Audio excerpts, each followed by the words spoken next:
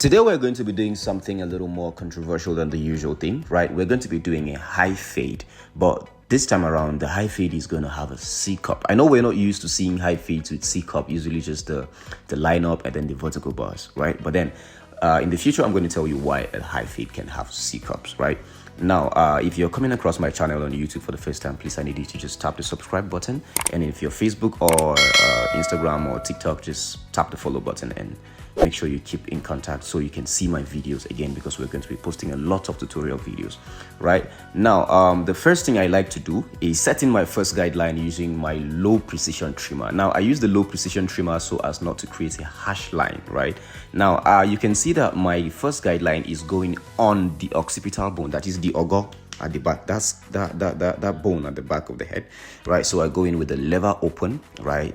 In a flick out motion, I fade out the first guideline, right? 1 inch, just 1 inch, not way all the way up, too high, just 1 inch, and then I keep it straight, right? So as to give the fade a form of uniformity. Then I go in lever half closed, right? Keep it in the middle.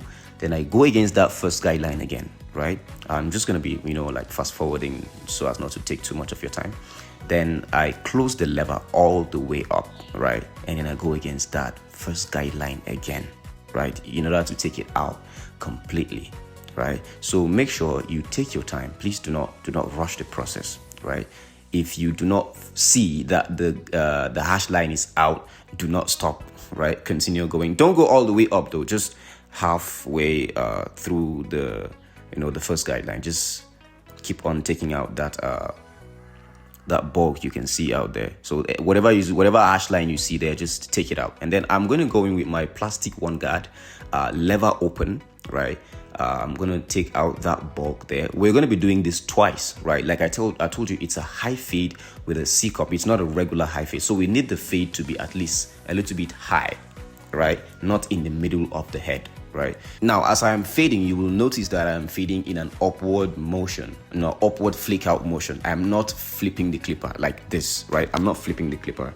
I am keeping my clipper, facing up, right? And fading in an upward motion, right? Next, we're going to close the lever, completely closed with that plastic one guard, and we're going to go in against this new guideline that we've created, right? So I'm going to just fast forward the process as usual, so as not to take much time. So just keep going against that first guideline, 1 inch, like I told you, right? 1 inch, 1 inch, 1 inch. Just keep fading up against that first guideline. Now, the next thing we're going to do is we're going to use this metallic one guard that I think everybody in Nigeria has. Every barber has this legendary one guard. So we're going to be using it lever closed, right? And go in half inch, to be honest. Don't go too high. Don't go too high. Just go in half inch, against that first guideline, that sharp line that you're seeing there, right? Just fade out that sharp line. Now, like I told you a few minutes ago, we're going to be doing this particular guard, we're going to be doing it twice, right? So we're going to be repeating the same thing we did in the first time, right? We're going to fade out in order to keep the fade a little bit high. So you're going to go in with that plastic one guard lever open, against the grain, and take out that bulk you see up there. Then you close the lever, right? And just create a transition, between the top and the bottom of the fade, right? Now, the next thing that I would do, I'm going to be using a half guard. This half guard, it comes with new clippers only, or you have to buy the entire set, which is like I think 12 guards, right?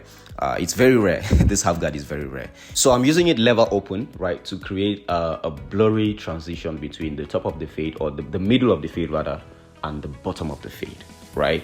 We don't want a sharp transition, we want a blurry transition. I'm just taking out any bulk that I see instead of using like the direct blade. So I'm just going to close the lever and just make sure that the transition is clean enough. Now I'm going to be opening the lever, zero guard open, and just you can see that I'm pointing the clipper directly against his skin, not flat, right? Now this is let me tell you this is like a shortcut. Instead of using, if you don't have the half guard, if you don't have a half guard, you can use the clipper lever open and just point it directly on the client's scalp. It will still give you the same results as someone who uses the half guard. You understand? So I'm going to be doing just detailing, right? Detailing is intuitive. I tell my students every time, I cannot teach you detailing. Nobody can teach you detailing. Detailing is usually as the spirit leads. Wherever you see density, you just use the trimmer, the edge of the trimmer, the angle of the trimmer to just take out that density. Take your time. To be honest, don't rush detailing. right? When you rush detailing, you end up creating a patch, or you create another guideline. You understand? So take your time. Make sure that the lever open, you use the lever open where it is required, and then you close the lever where there is only less hair. Don't close the lever where there is much hair. You understand? So just using the angle of the blade to just take out any density that I see there. Now the next thing I'm going to be doing is using my 1.5 to take off the bulk, at the top. Just create a transition just between the top of the hair and next thing I'm going to do is wash my client's hair. I usually let my girls do this, but this is a special client. I need his hair washed in a certain way.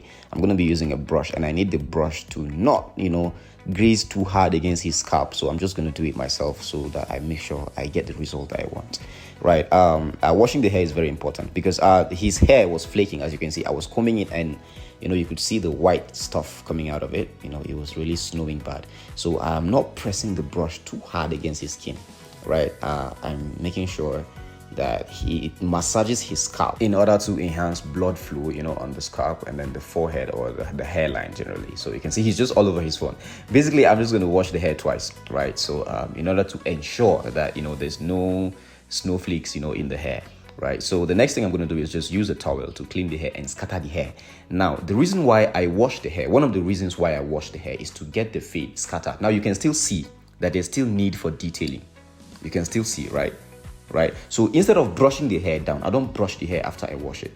I just scatter the fade like that. Now this gives me an idea of what the fade will look like when he goes home and takes a shower. Will the fade still look nice, right? So I want to see. So I will wash the hair and scatter the fade so that I will see, and then I'll just use the clipper, the edge of the clipper, to fade or do a detailing around where I see any errors, right, before I brush it down. Right, you can see I'm only brushing down after doing the detailing, right? So I'm just going to hasten that process up, right? So anywhere I see density, right, I just use the edge of my trimmer to just my clipper, to just take out that density.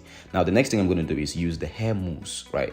This hair mousse is very important to me. It's more important than the holding spray to me, to be honest. I prefer this to the holding spray. The holding spray is sticky sometimes, so I just prefer using the above hair mousse, to just lay down the hair and make sure that every hair is coming forward towards the hairline, so I can just easily line it up, right? So I make sure I use my dryer to dry it. This takes time, to be honest. Like, make sure the hair is dry. Now up next, we're going to be doing the lineup, right?